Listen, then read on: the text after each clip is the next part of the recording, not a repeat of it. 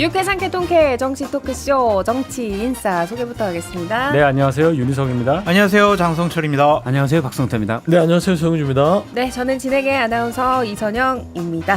일단은 광고부터 듣고 오죠.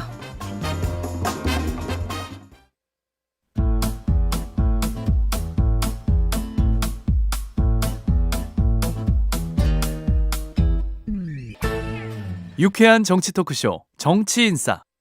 네, 여러분은 정치인싸와 생방송으로 함께하고 계십니다. 참여는 휴대폰 문자 샵 8001번으로 보내주시면 되고요. 짧은 글 50원, 긴 글은 100원의 정보 이용료가 부과됩니다. 스마트 라디오 미니와 유튜브 댓글 무료고요.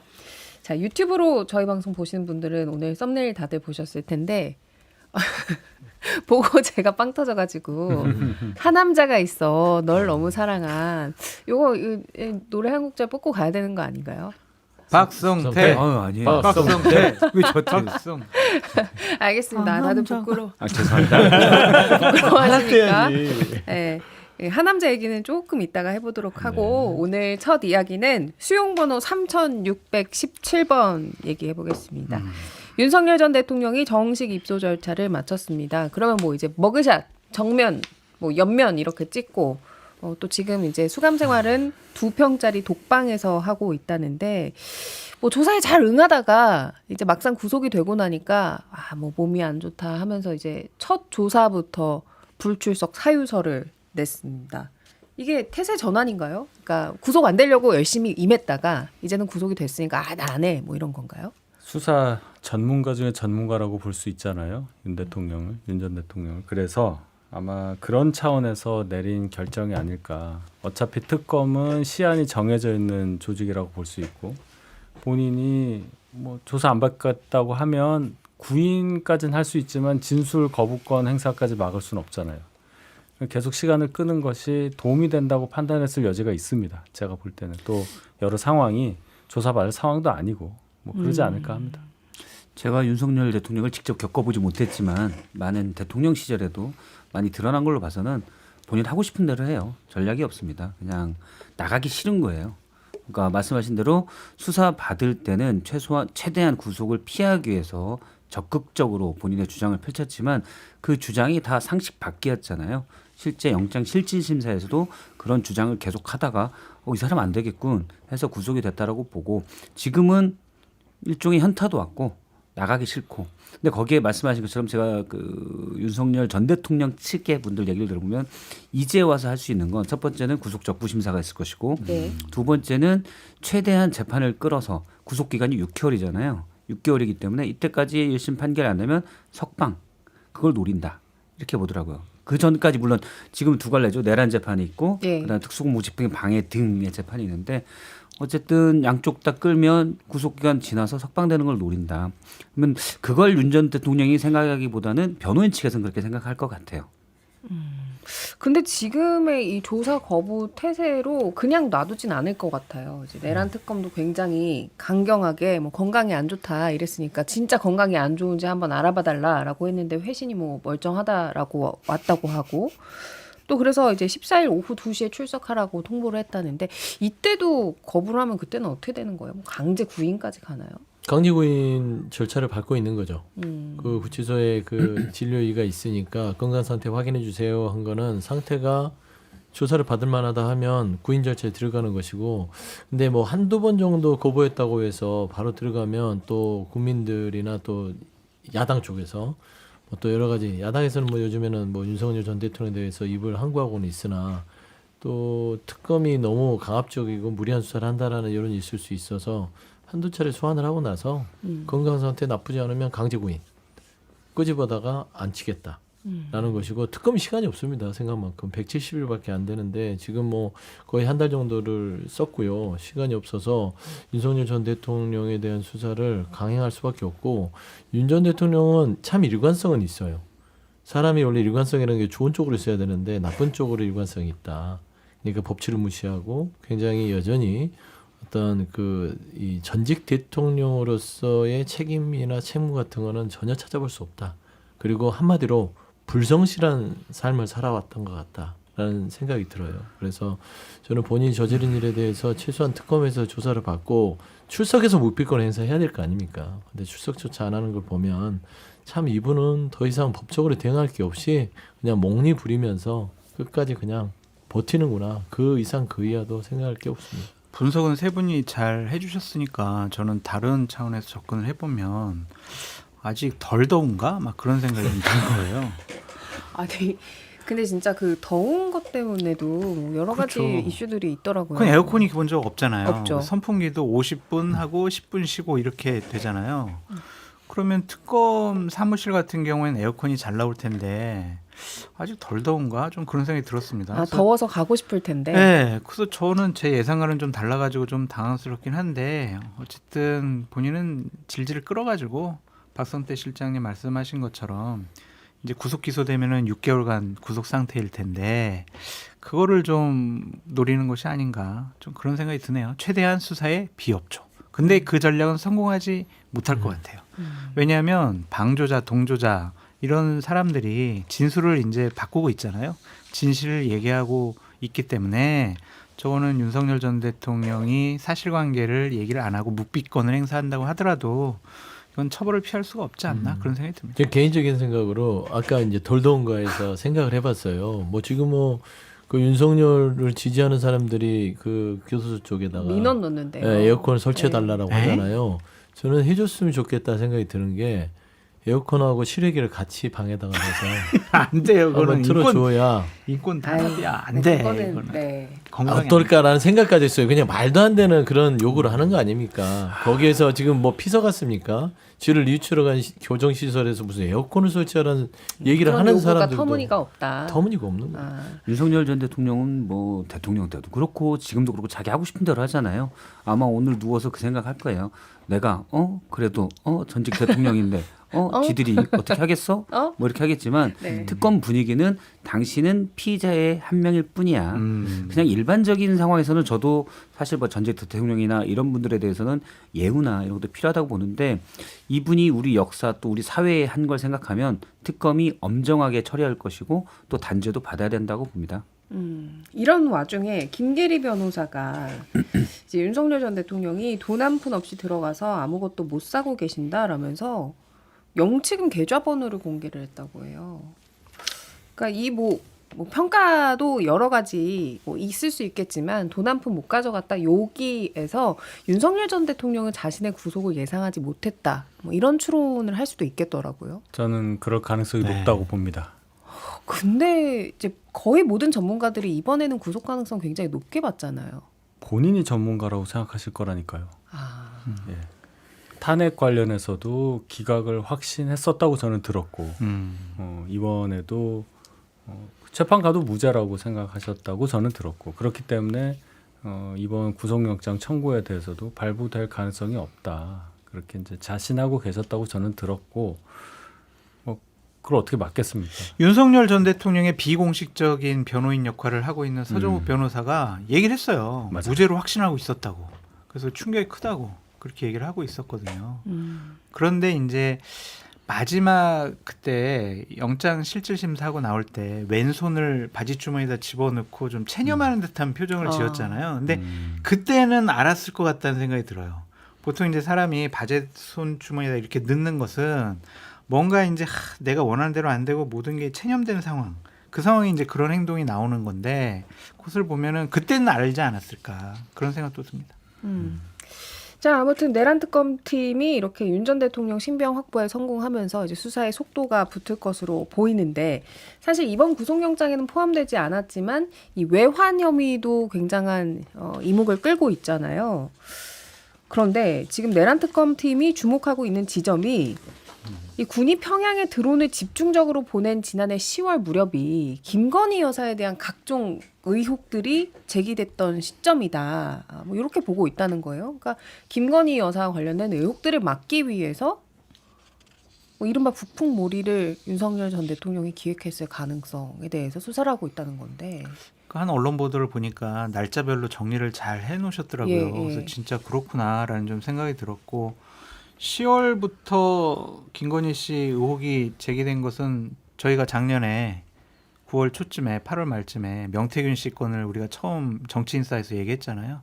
그 사건이 가장 활발하게 이제 막 밝혀지고 문제가 됐던 게 이제 10월부터 본격적으로 막 문제가 되기 시작을 했잖아요. 먹구름이 창원에 그때부터 네, 좀 그때 막 시작했죠. 김건희 씨 육성이 있네 없네 막 이런 논란이 많이 벌어졌었잖아요.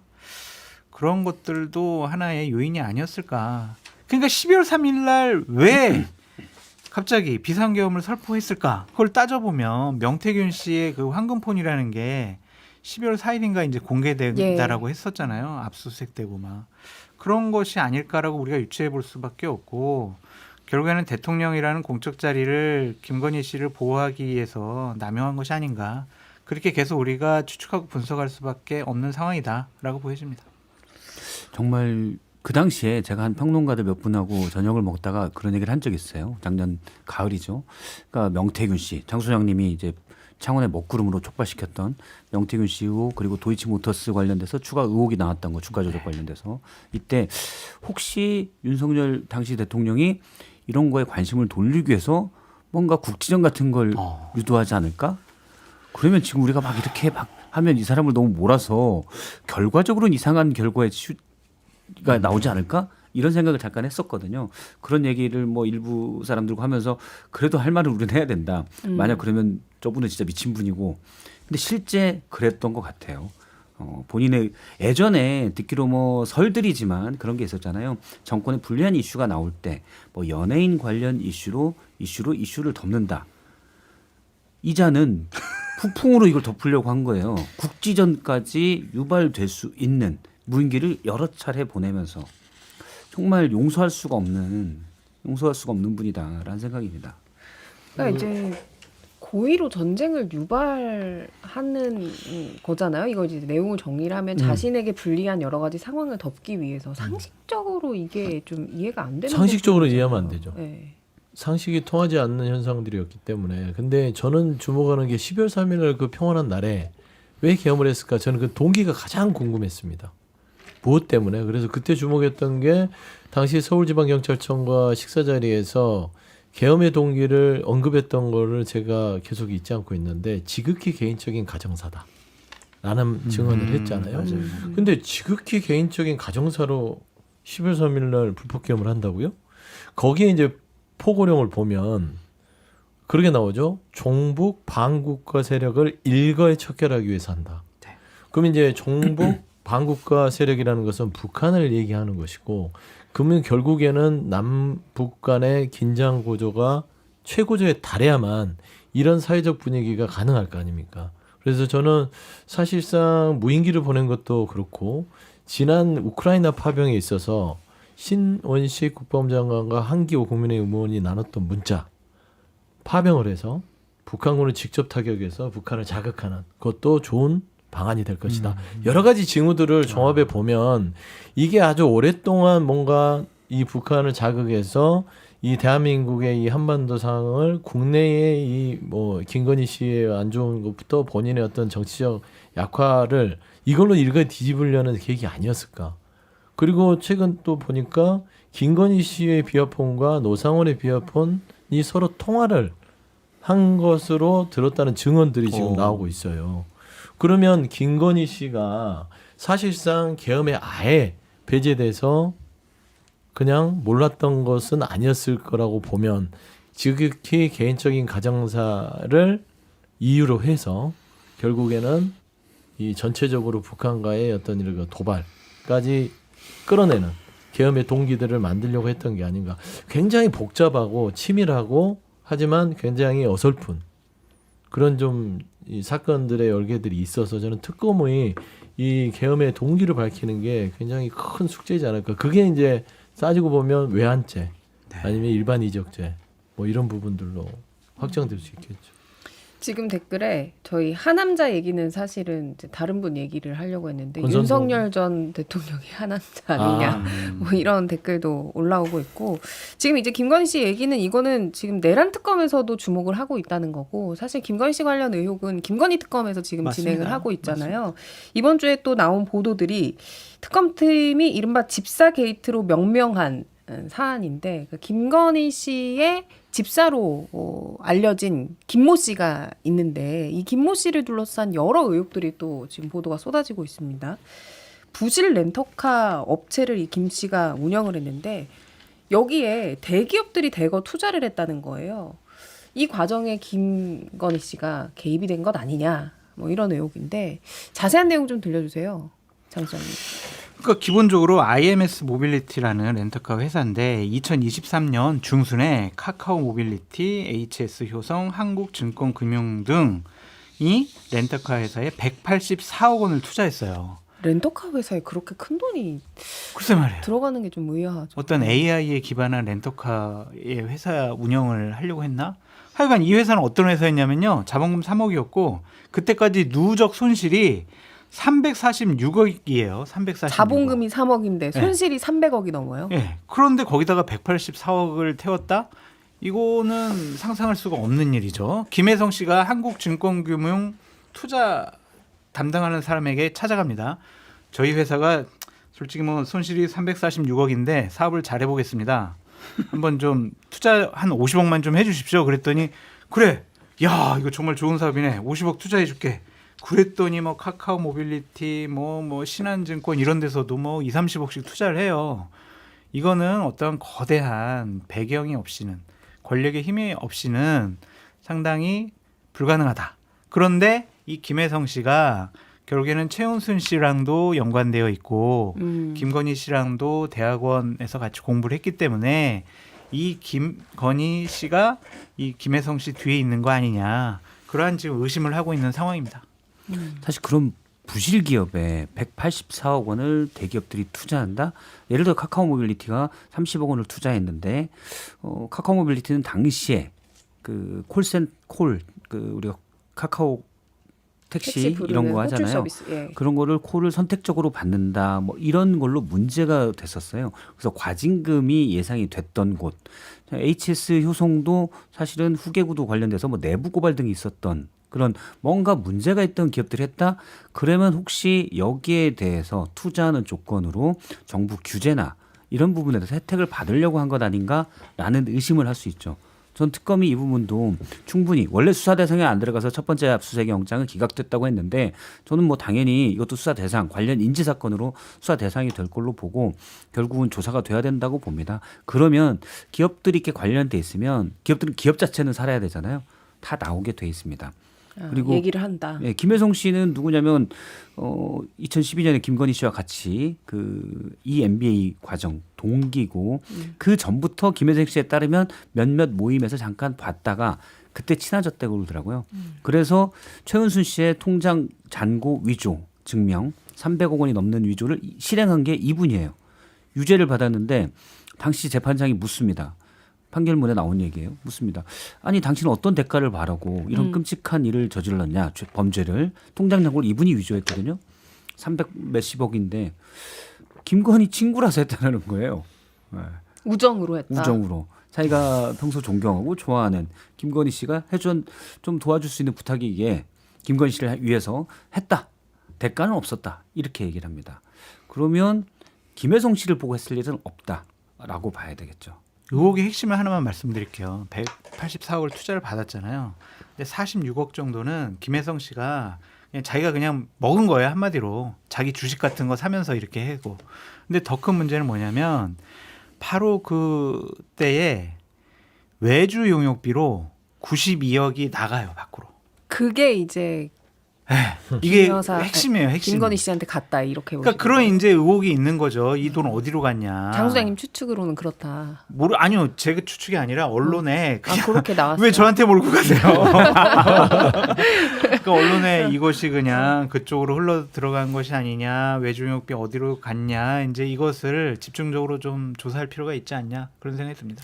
이거 비마이카라는 회사인데 여기가 말씀한 대로 굉장히 부실한 회사잖아요. 뭐 기술력이 AI를 기반으로 한 렌터카 회사가 여기밖에 없겠어요. 그런 회사 엄청 많습니다. 그래서 투자 받으려고 문턱이 닳도록 다닐 텐데 3억 받기도 쉽지 않아요. 그렇죠. 그런데 한국증권금융에서 50억을 턱 준다? 근데 살펴봤더니 비마이카에 이사로 김건희가 등록이 돼 있다는 얘기가 있더라고요. 예, 결국에는 도이치모터에서도 50대를 싼 가격에 50대를 전해준 것도 그 관계성이다. 그러니까 서로 품앗이 한 겁니다. 김혜성 씨는 김건희를 보고 김건희 어머니에게 위조 잔고증명서를 만들어줬잖아요. 근데 이분이 그런 데서 바보도 아니라 명문대 법대도 나왔고 나름대로 어떤 쪽에서 이 금융 쪽에 해박한 분인데 이걸 하면 본인이 어떻게 되는 걸 알아요. 근데 왜 위험을 감수했을까요? 저는 이거는 경제공동체. 서로 간에 말씀하면 저기 장소님 얘기했듯이 46억 원 챙겨서 엑시트를 김혜성 씨는 했고 외정역으로 92억 원 어디로 갔느냐. 저는 그것만 따라가면 금세 이거는 밝혀낼 수 있는 부분 같아요. 예를 들어 46억과 92억 원을 김혜성 씨 부부가 가져갔잖아요. 김혜성 씨 지금 베트남 출국 상황인데 일부 언론에 귀국해서 다 밝히겠다라고 얘기를 했잖아요. 예, 예. 46억과 92억 원을 김혜성 씨가 어떻게든 돈을 빼돌려서 파킹을 잘 숨겨놨다. 안 돌아옵니다. 왜냐면 그 돈이 잃잖아요. 그거 가지고 뭐 금융범죄나 이런 것들 어느 정도 돈 확보되면 나가서 안 들어옵니다. 그 돈 가지고 외국에서 잘 살아요. 베트남 좀 가깝다 싶으면 저쪽 중남미 가면 됩니다. 그런데 온다라는 건 자기 돈이 아니라는 얘기예요. 내가 들어와서 잃을 게 없다. 내 돈이 아니니까 어차피. 네. 그리고 이제 조사에도 응하겠다 뭐 이런 의사를 밝혔잖아요. 그걸 두고 이제 김건희 씨와 사이가 좀 틀어져서 관련된 증언을 술술할 것이다 뭐 이런 예측들도 있더라고요. 그런 얘기들도 나오더라고요. 네. 근데 꽤 오랜 아주 절친한 관계를 갖고 만약에 김혜성 씨가 그 돈을 다 먹었다라고 하면 그 돈 갖고 해외에서 삽니다. 물론 부인이 한국에 있긴 하지만 부인도 어떻게 밀항을 하든 나오라고 하고 나온다는 건 제 추측이죠. 개인적인 추측인데 뭐 난 들어와서 해도 뭐 몇 년 살면 되지 잃을 게 없다. 그거는 그 돈은 내 돈이 아니다라는 거죠. 알겠습니다. 뭐 내란 특검에도 김건희 씨가 거론되고 있는 상황이고 김건희 특검은 뭐 계속해서 일파만파 뭐 의혹들이 계속 커지는 상황이기 때문에 과연 소환 조사로까지 이어질지도 좀 관심인데 휠체어 타고 등장하고 이랬기 때문에 또 건강상의 이유를 들어서 뭐 소환 조사까지는 응하지 않을 수도 있다 뭐 이런 관측도 있고요. 이거는 좀 지켜보도록 하고 저희는 2부로 넘어가서 다른 이야기 좀 나눠보도록 하겠습니다. 잠시만 기다려주세요.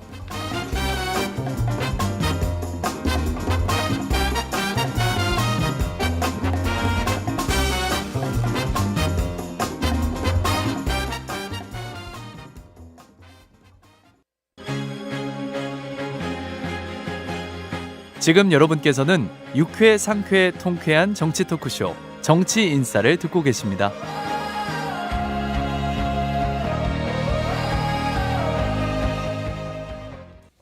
자, 정치인싸 2부도 계속해서 생방송으로 이어가겠습니다. 이번엔 국민의힘 얘기를 좀 해볼 건데요. 어수선합니다. 지금 뭐 그 해병특검팀이 임종득 의원 전 국가안보실 2차장 대상으로 국회 사무실 압수수색했고 명태균 게이트 의혹과 연루됐다고 보이는 윤상현 의원 또 압수수색 진행했고 또 김선교 의원은 양평고속도로 노선 변경 의혹과 관련해서 출국 금지 조치됐고 여기에 이제 내란 특검법도 민주당이 발의를 했고 이런 상황에서 이제 국민의힘의 주장은 그거예요. 여당이 정치 공세한다. 정치적으로 이거는 괴롭히는 거다. 이렇게 주장을 하고 있거든요. 뭐 그런 말씀을 할 수밖에 없는 상황인 건 저도 이해를 합니다.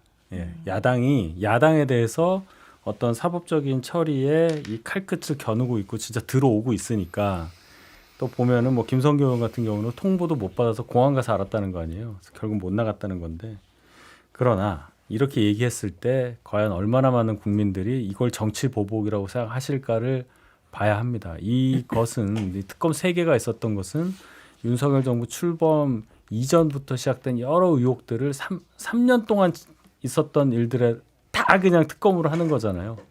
그럼 이제 그동안 있었던 많은 일들에 대해서 수사를 하는 거니까 보복 차원으로 보기는 어렵죠.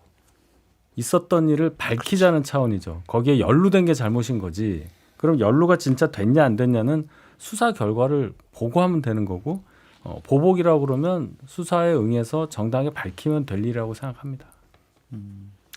정치 보복은 아닌 것 같아요. 정치 보복이라 하면은 그냥 새로운 사실을 막 뒷조사 해가지고 그걸 가지고 그냥 옥죄는 것이 정치 보복인데 이거는 잘못된 일, 정의를 바로잡는 차원의 문제가 아닐까 좀 그런 생각이 드는데 참 웃긴 게 이제 이런 것들을 방어하려고 국민의힘 지도부가 서울중앙지법 앞에 가가지고 막 시위도 하고 항의도 하는데 참 어제 창피하더라고요. 그 화면을 보고 보셨는지 모르겠지만은 막 햇빛이 막 비치니까 조배수 의원이 저기 햇빛 안 비치는 저쪽으로 가서 하자고 그랬더니 막 글로 가려고 하다가 기자분들이 이거 지금 생중계 되고 있다고 하니까 생중계 되고 있냐고 그럼 다시금 그 자리에서 하겠다고 이런 막 웃긴 일도 벌어졌어요. 그러니까 이분들이 비장함, 결기, 명분 이런 걸 갖고 하는 것이 아니라 그냥 자기 자신들을 보호하기 위해서 이렇게 억지를 쓰는 것이 아니냐 좀 그런 생각도 듭니다. 그러니까 뭐 여러 특검에서 또 여러 국민의힘 의원들에 대한 압수수색,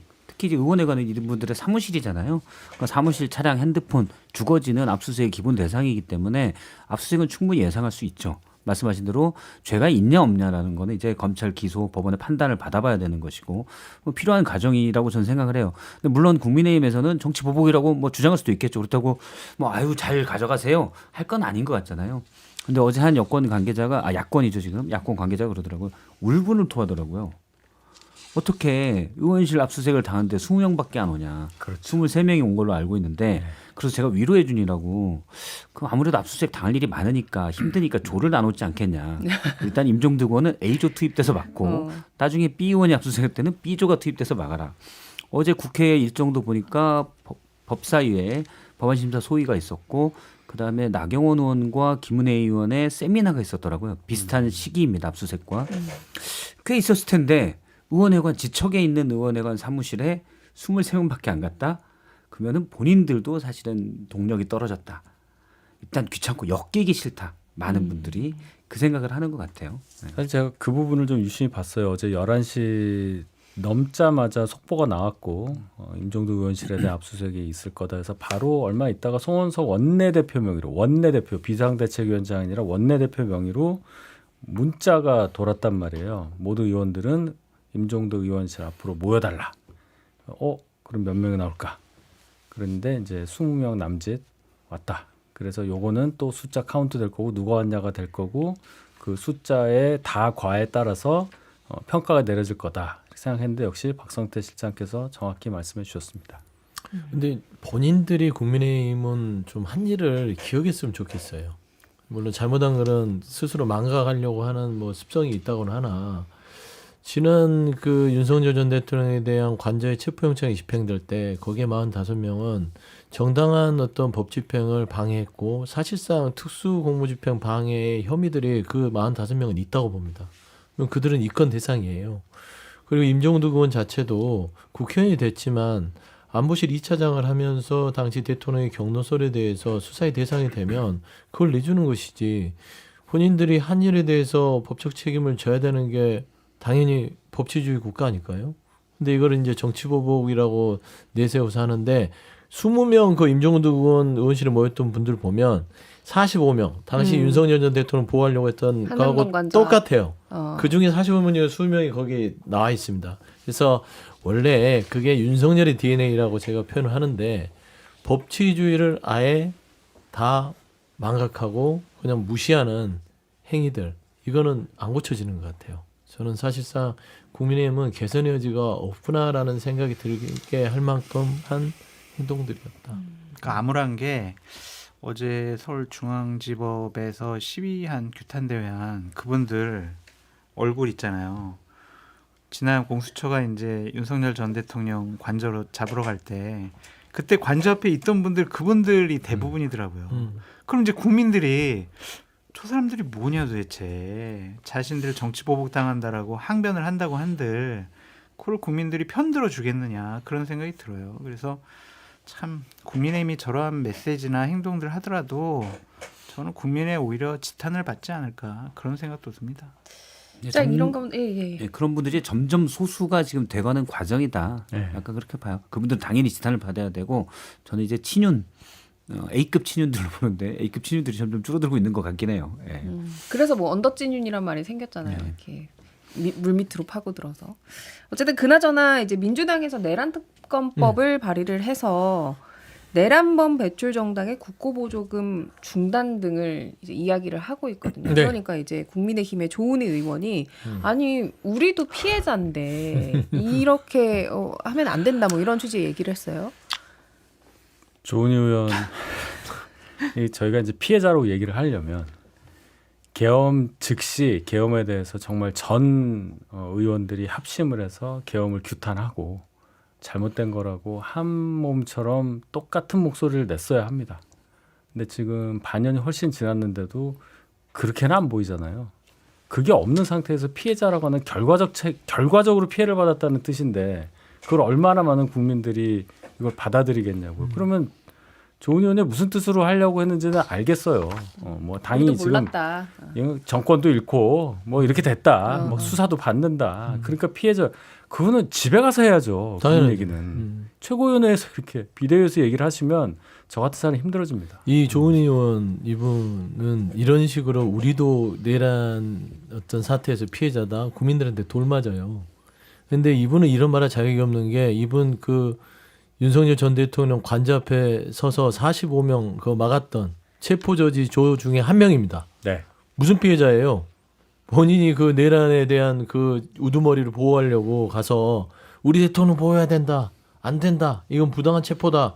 했던 분인데 이 사람이 가해자죠 따지고 보면. 그러니까 오히려 지금 수사 대상에 오를 수도 있다. 뭐 이런 얘기가 나오고 그렇죠. 있거든요. 그런데 무슨 피해자 얘기를 하면서 하니 참 이게 뭐 개인적 의견이라고 국민의힘에서 이렇게 좀 벗어나려고 노력을 했으나 지금 이게 국민의힘의 상태입니다.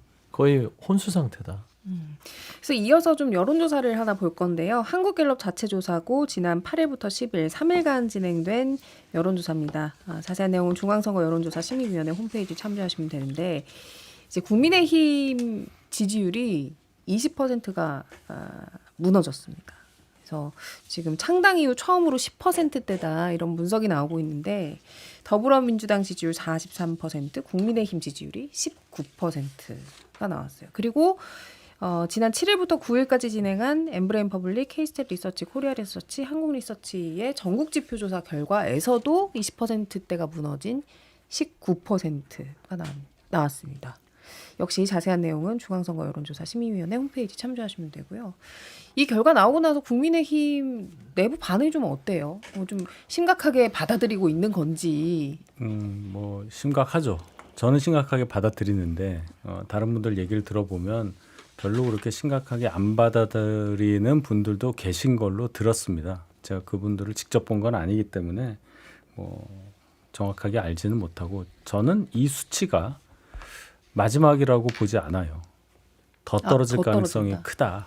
이게 바닥이 아니고. 그러니까 뭐 바닥 밑에 지하가 있냐 이런 뜻이 아니고 지금 추세가 그렇다는 거예요. 저희가 이제 혁신위를 결국 우여곡절 끝에 출범을 시켰고 이제 수사받는 모습 방금 전에 말씀드렸지만 이제 의원들 한두 명, 이제 3명 뭐 이렇게 자꾸 사법적인 처리가 진행되는 과정에 대상으로 올라가고 있고 발언도 나오고 있고 이렇게 하는데 결국 국민들을 감동시키거나 좀 놀라게 해드릴 만한 부분이 없잖아요. 좋은 방향으로. 그러면 계속 떨어지죠. 왜냐하면 사람이 이렇게 기대하는 게 있어요. 이 정도 됐으면 이렇게 할 거다. 그런 어떤 상식적인 루틴이라는 게 있는데 당이 반응을 안 해요.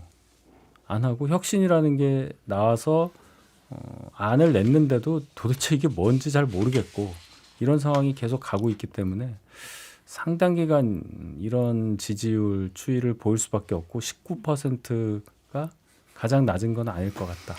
윤석열 전 대통령이 파면당하고 구속까지 됐잖아요. 근데 친윤들 중에 어느 누구도 책임을 통감을 하면서 사죄하면서 정계 은퇴하면서 우리는 패족입니다. 우리는 정치할 자격이 없습니다. 다음번 불출마하겠습니다. 이런 정치적인 책임을 지려고 하는 사람 아무도 없어요. 오히려 당신들 책임져야 돼라고 한 사람들한테 이 분열주의자, 이 다른 정치적인 사익이 있는 나쁜 사람 이런 식으로 손가락질하고 있잖아요. 이런 모습 속에서 과연 국민의힘 지지율 19%가 적게 나온 거냐. 저는 국민의힘 다수의 의원들이 야 우리가 이렇게 그냥 우리 기득권 계속 유지하고 막장 드라마 보이는데도 19%나 지지율이 나왔다. 한 자리 숫자로 안 떨어졌네. 우리 뭉치자. 이렇게 생각할 가능성이 더 있지 않을까. 그런 차원에서 송원석 비대위원장이 친윤들로 사무총장, 정책위 의장 다 이렇게 임명을 해버리잖아요. 예. 그런 것을 보면 반성이나 아니면은 여러 가지 잘못됐다라고 생각할 가능성은 전혀 없는 것 같아요. 이분들이 약간 따로 그러니까 민심과는 너무 거리가 먼 깊은 산속 옹달샘 옆에 오두막을 짓고 살고 계신 것 같아요. 어떻게 지금 민심이 이런데 지금 지도부는 전혀 동떨어진 얘기하고 있고 예를 들어서 전당대회에 나오겠다고 친윤이 밀고 있다고는 알려진 장동혁 의원 같은 경우도 메시지로 혁신위에서 사과 얘기하니까 무슨 맨날 사과만 하냐 이런 얘기를 하거든요. 민심과 너무 동떨어져 있어요. 그래서 지금 전 눈여겨본 수치가 갤럽 조사에서 TK에서 민주당 34, 국민의힘 27이에요. 민주당이 더 높습니다. 예. 대구 경북 지역에서도 물론 뭐 조사 사례수가 100개가 안 되기 때문에 오차 범위가 상당히 큰 조사긴 하지만 TK, PK도 뒤졌거든요. 그럼에도 불구하고 민심과 동떨어져 있다. 그래서 제가 한번 그 야권 국민의힘 관계자에게 지난 지방선거 때 그러니까 내년에 지방선거잖아요. 근데 지난 지방선거 때 수도권에서 국민의힘이 가져간 게 39개, 민주당 17개고 그러면은 각 기초자치단체장 구청장, 예를 들어 뭐 성남시장 같은 경기도의 시장분들, 서울의 구청장들 국민의힘이 대승했거든요 지난번에. 그럼 이런 식이라면 내년에 자리 거의 없어집니다. 빵이죠, 빵. 네, 거의 뭐 한 제가 볼 때는 거의 10자리도 못 얻을 수가 있어요. 그럼 이분들이 긴장해야 되잖아요. 당의 혁신을 요구해야 되는데 그런 게 없냐 움직임이.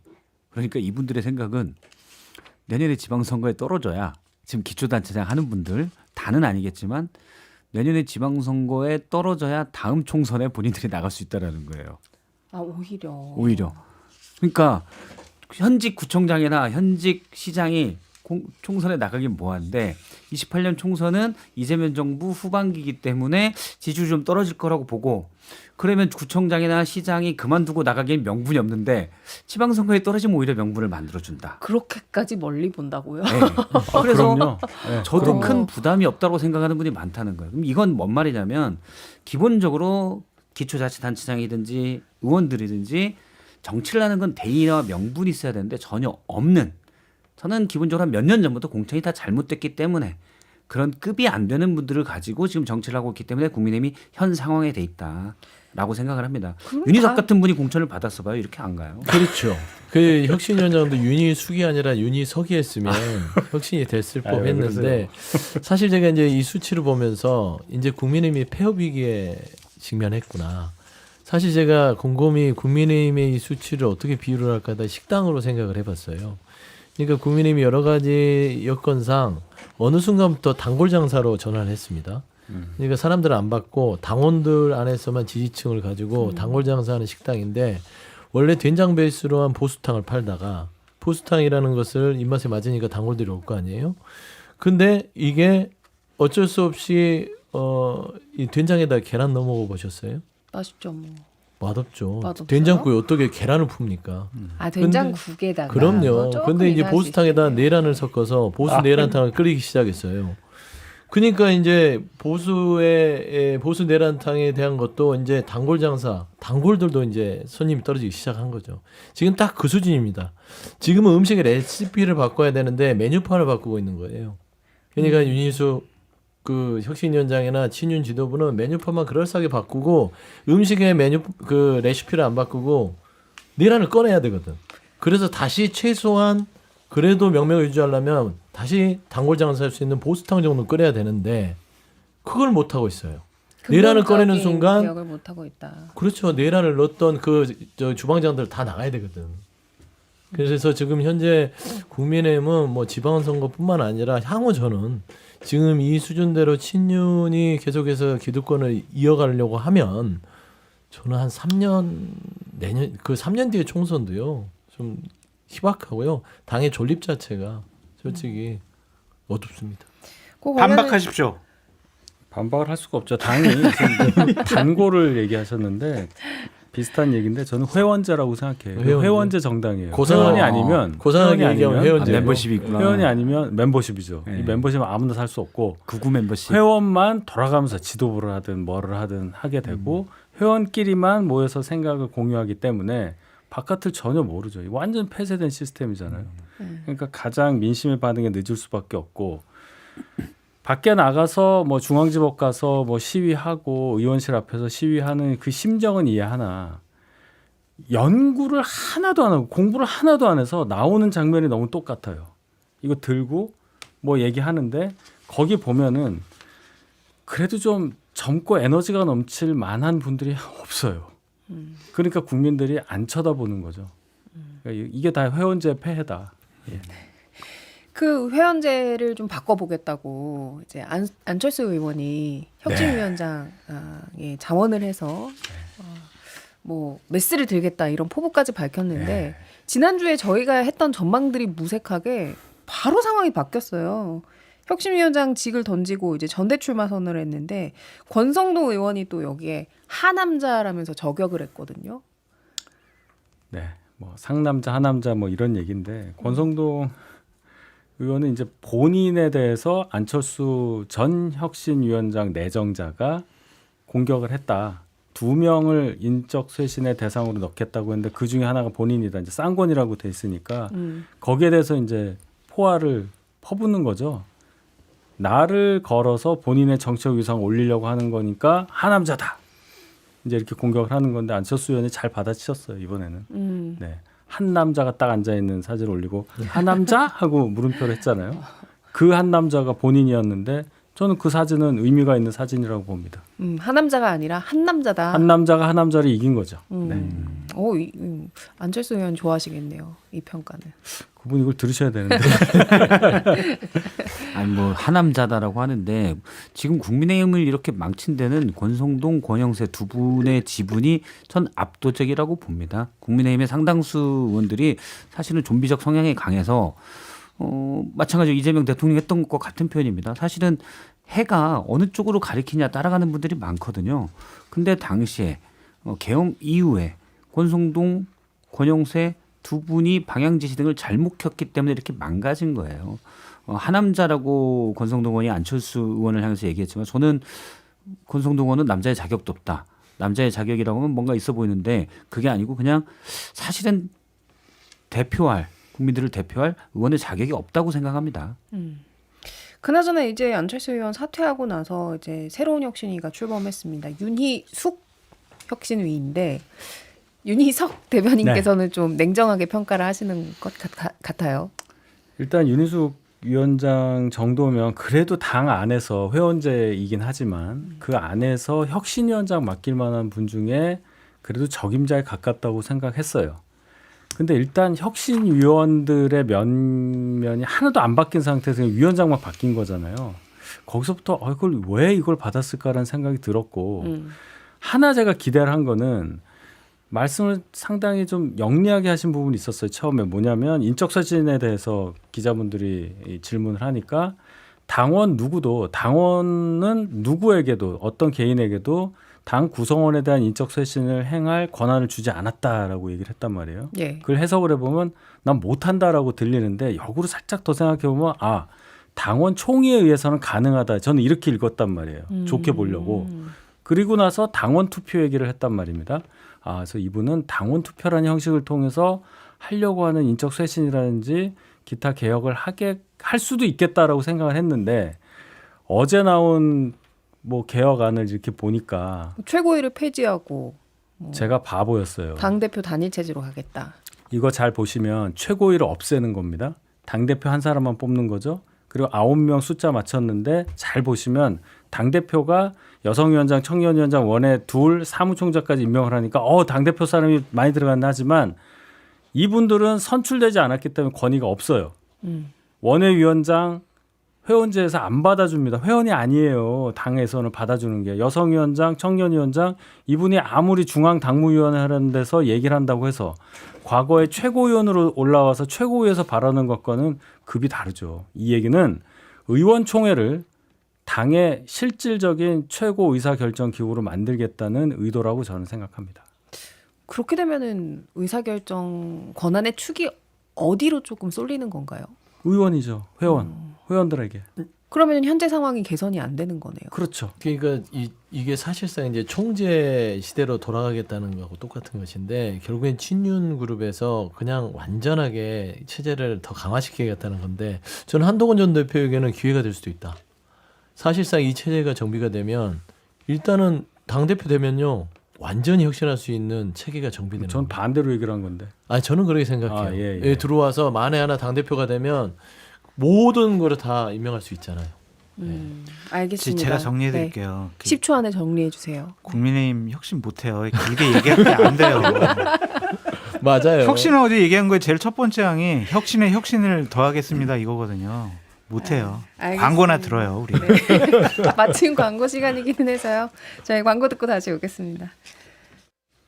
자, 정치인싸 오늘 생방송으로 여러분과 함께 했는데요. 처음처럼 님께서 정치인싸는 시간이 너무 짧아요라고 아쉬움을 표해 주셨습니다. 저희도 그렇게 느끼고 있고 그래서 저희에게는 일요일 방송이 있잖아요. 내일은 이제 민주당의 국정 지지도 60%로 순항하고 있는데 여기에 대한 평가와 그리고 다음 주에 예정된 이제 장관 후보자들 어떤 쟁점들로 청문회가 꾸려질지 그거 예측 좀 해보도록 하겠습니다. 자, 저희는 내일 오전 11시 5분에 다시 인사드리도록 하겠습니다. 고맙습니다. 감사합니다. 감사합니다.